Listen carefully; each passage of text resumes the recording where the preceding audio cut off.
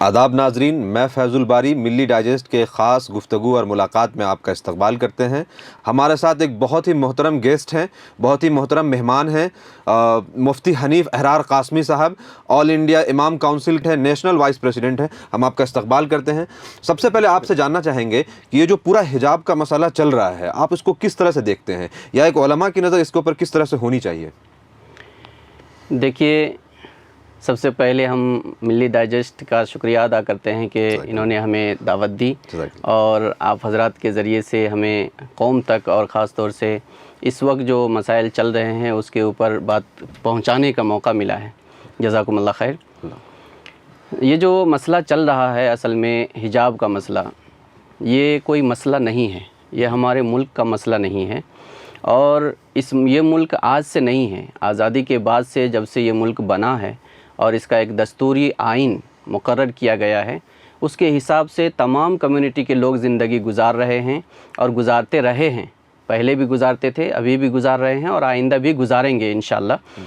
لیکن اس کو کچھ دنوں سے، جب سے خاص طور سے 2014 کے بعد سے بی جے پی کی گورنمنٹ آئی ہے، تب سے اس ملک کے اندر الگ الگ کمیونٹی کو الگ الگ ایشو بنا کر کے شکار بنانے کی کوشش کی جا رہی ہے، اور اس میں خاص طور سے ایک مسلم کمیونٹی کو ٹارگٹ کیا جا رہا ہے، اور یہ RSS اور سنگھ پریوار کا بہت پرانا ایجنڈا ہے۔ اس کے ذریعے سے وہ لوگ اپنے اس ایجنڈا کو پورے ملک کے اندر لاگو کرنے کے لیے، اور خاص طور سے ہمارے ملک کا جو دستور ہے اس دستور کو ختم کر کے تمام کمیونٹی کے حقوق کو چھین کر صرف برہمن واد اور ایک سنگھ پریوار کا ایک ملک بنانے کی کوشش میں ہے۔ تو یہ جو مسئلہ ابھی حجاب کا اٹھا ہے، ہم لوگوں نے دیکھا ہے کہ یہ بہت پہلے سے اس طرح کی آوازیں اٹھ رہی تھی، لیکن جب مینگلور کے اندر ایک گاؤں میں ایک بچی جو اس برقع پہن کر کے اسکول میں آئی، تو آپ لوگوں نے دیکھا ہوگا ویڈیو کے اندر کہ وہ بھگوا گمچھا لے کر کے ایک دم ایک اوباش اور آوارہ کتوں کی طرح ایک لڑکی کے اوپر 2 درجن سے زائد لڑکے ان کے اوپر حملہ کرنے کی، ان کے دوپٹہ نوچنے کی کوشش کر رہے ہیں۔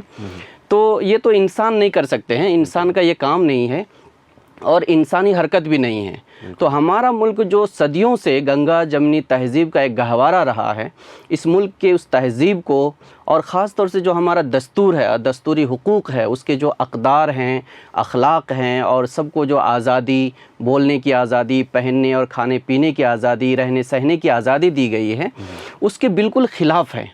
تو یہ مسئلہ اصل میں اس ملک کا مسئلہ نہیں ہے، اصل میں یہ مسئلہ سنگھ پریوار کا مسئلہ ہے۔ سنگھ پریوار یہ چاہتا ہے کہ اس ملک کے اندر اس طرح کے مسائل اٹھائے جاتے رہیں تاکہ ایک کمیونٹی کو ہمیشہ ڈیفنس میں کھڑا کر کے ان کو کسی بھی میدان میں ترقی نہ کرنے دیا جائے۔ اسی کا ایک حصہ یہ بھی حجاب کا ایشو ہے۔ تو حضور، جب آپ یہ کہتے ہیں کہ ان پہ جو ہے کنسسٹنٹ اٹیک کیا جائے، لگاتار ان پہ حملہ کیا جائے تاکہ وہ کسی میدان میں کھڑے نہ ہو پائیں، تو دوسرے معاملہ میں سمجھ میں آتا ہے، جیسے کہ جو ہے موب لنچنگ ہو، جان سے مار دیا جائے، سمجھ میں آتا ہے، اور دوسری طرح کے الزام لگایا جائے، وہ سمجھ میں آتا ہے۔ لیکن جب اسلامی شاعر پہ آپ کے حملہ ہو، یعنی جب اللہ کا حکم ہے اس پہ چلنے نہ دیا جائے، تب تو آپ کے ایمان کو خطرہ ہے، پھر آپ کیا کریں گے؟ جی بالکل صحیح بات ہے۔